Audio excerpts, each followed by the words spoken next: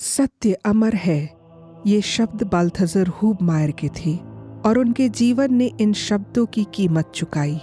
यह कहानी है एक विद्वान की जिसने सत्य की खोज में कई मोड़ लिए और अंततः अपने विश्वास के लिए अपना जीवन दे दिया।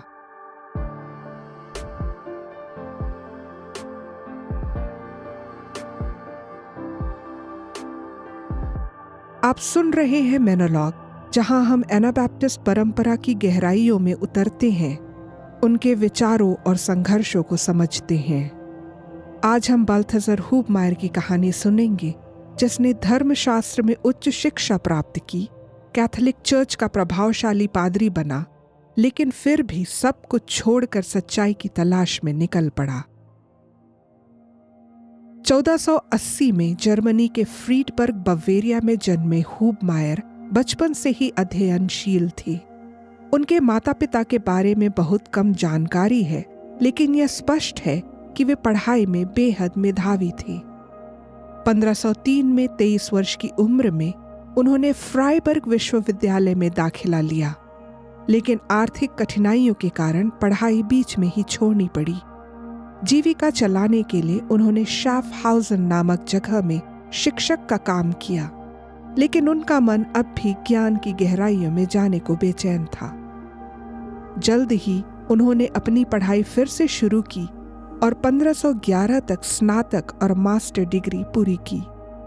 इसके बाद इंगोलस्टाट विश्वविद्यालय से धर्मशास्त्र में डॉक्टरेट प्राप्त की और अपने प्रोफेसर जोहान एक के प्रभाव में आ गए।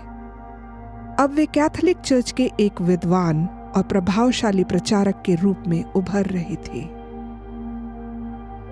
1516 में हूबमायर को रीजेंसबर्ग कैथीड्रल का पादरी नियुक्त किया गया। इसी दौरान शहर में यहूदियों के खिलाफ हिंसा भड़क उठी और हूबमायर ने इस आंदोलन में भाग लिया। यहूदियों को शहर से निष्कासित कर दिया गया और उनकी सिनेगॉग को नष्ट करके वहां ब्यूटीफुल मरिया ऑफ रीजेंसबर्ग नामक एक धार्मिक तीर्थ स्थल स्थापित किया गया। यह जगह जल्द ही कैथोलिक तीर्थयात्रियों के लिए एक प्रसिद्ध स्थल बन गई। लेकिन हूबमायर की सोच बदल रही थी। वे सुधारवादी विचारों की ओर आकर्षित हो रहे थे और वे कैथोलिक चर्च की पारंपरिक मान्यताओं को लेकर सवाल उठाने लगे।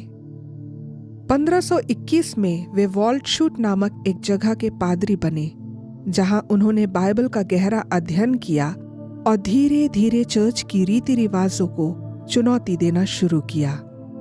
फिर उन्होंने मार्टिन लूथर के लेख पढ़े और यह एहसास हुआ कि चर्च में बदलाव की जरूरत है।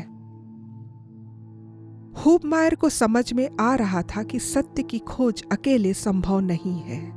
1523 में वे ज्यूरिख पहुंचे और वहां उनकी मुलाकात उल्रिक स्विंगली से हुई। उन्होंने एक सार्वजनिक धर्मशास्त्रीय बहस यानी डिस्प्यूटेशन में भाग लिया और सोला स्क्रिप्टूरा अर्थात सिर्फ शास्त्र ही अंतिम अधिकार होना चाहिए जैसे सिद्धांत का समर्थन किया। शुरुआत में स्विंगली और हूबमायर कई मुद्दों पर सहमत थे, लेकिन जैसे ही शिशु बपतिस्मा पर चर्चा हुई, दोनों के रास्ते अलग होने लगे। हूबमायर का मानना था कि केवल व्यक्तिगत विश्वास की स्वीकारोक्ति के बाद ही बपतिस्मा दिया जाना चाहिए, जबकि ज्विंगली अब भी शिशु बपतिस्मा का समर्थन कर रहे थे। 1525 में हूबमायर ने ज्यूरिख छोड़ दिया और वाल्डशूट लौटकर वहीं अपने विचारों का प्रचार शुरू किया। उसी वर्ष विल्हेम रॉयबलिन नामक एक एनाबैप्टिस्ट व्यक्ति, जो पहले ज्विंगली के समर्थक थे, ज्यूरिख से निकाले जाने के बाद वाल्डशूट आ गए। उन्होंने यहाँ एनाबैप्टिस्ट विश्वास का प्रचार किया और यहीं हूबमायर ने रॉयबलिन से बपतिस्मा लेने का फैसला किया। हूबमायर को रॉयबलिन ने बपतिस्मा दिया और इसके बाद हूबमायर ने 300 से अधिक लोगों को एनाबैप्टिस्ट विश्वास के तहत विश्वासियों का बपतिस्मा दिया। लेकिन यह बदलाव उन्हें महंगा पड़ा। 1525 के अंत में ऑस्ट्रियाई सेना ने वॉल्टशूट पर भी कब्जा कर लिया। हूबमायर के पास अब केवल एक ही विकल्प बचा, ज्यूरिख लौटना। लेकिन उन्हें यह नहीं पता था कि 1523 के बाद से ज़्विंगली पूरी तरह बदल चुके थे। ज्यूरिख लौटने पर होबमायर को उम्मीद थी कि ज़्विंगली उन्हें शरण देंगे, लेकिन ज़्विंगली अब एनाबैप्टिस्टों के एकदम खिलाफ हो गए थे।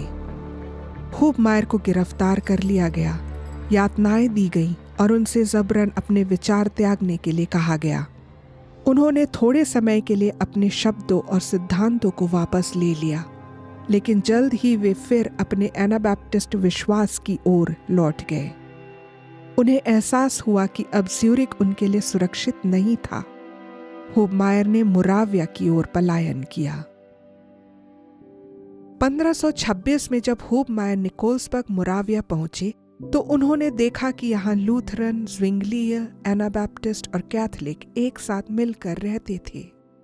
मोराविया के शासक नहीं चाहते थे कि धार्मिक मतभेदों के कारण निकोल्सबर्ग शहर में कोई अशांति फैले। इस तरह होबमायर ने धार्मिक स्वतंत्रता का समर्थन करते हुए उसका प्रचार भी शुरू किया। उनका मानना था कि विश्वास ईश्वर का उपहार है, इसे तलवार के बल पर स्थापित नहीं किया जा सकता। लेकिन सभी एनाबैप्टिस्ट लोग होबमायर के इस विचार से सहमत नहीं थे और इस कारण मोराविया के एनाबैप्टिस्टों के बीच मतभेद शुरू होने लगे।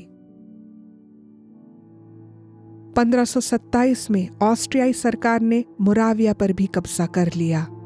होबमायर को राजा फर्डिनांड के आदेश पर गिरफ्तार किया गया और वियना ले जाया गया। 10 मार्च 1528 को अर्थात 48 वर्ष की उम्र में उन्हें सार्वजनिक रूप से जला दिया गया।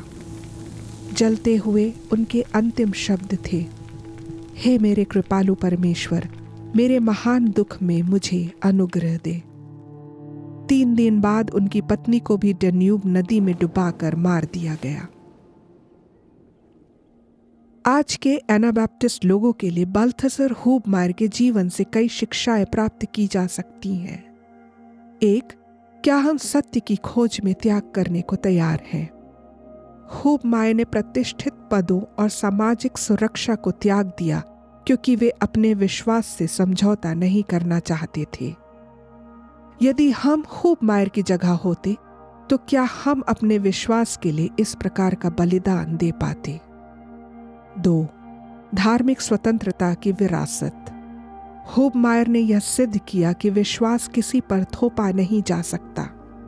भारत जैसे बहुधर्मी और बहुसंप्रदायिक समाज में यदि हर कोई अपने विश्वास को दूसरों पर थोपने लगे तो शांति और सह अस्तित्व असंभव हो जाएगा। क्या हम अपने और दूसरों के विश्वासों का आदर करते हुए एक साथ रह सकते हैं? इसके लिए हमारे पास क्या रणनीति होनी चाहिए? 3. हिंसा और अहिंसा। होबमायर पूरी तरह से अहिंसावादी नहीं थे, लेकिन उन्होंने न ही सशस्त्र विद्रोह का समर्थन किया और न ही आक्रामक हिंसा को सही ठहराया। उन्होंने केवल तब आत्मरक्षा का समर्थन किया जब शासन प्रजा की रक्षा करने में असफल रहा। यह विषय आज भी प्रासंगिक है। हमारी एनाबैप्टिस्ट सभाओं के लिए यह चर्चा के लिए एक अच्छा विषय बन सकता है।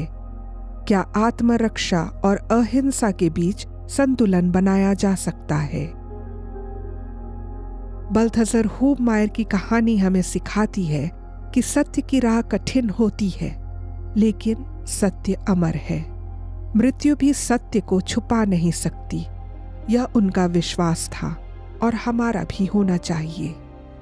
मोनोलॉग को सुनने के लिए धन्यवाद।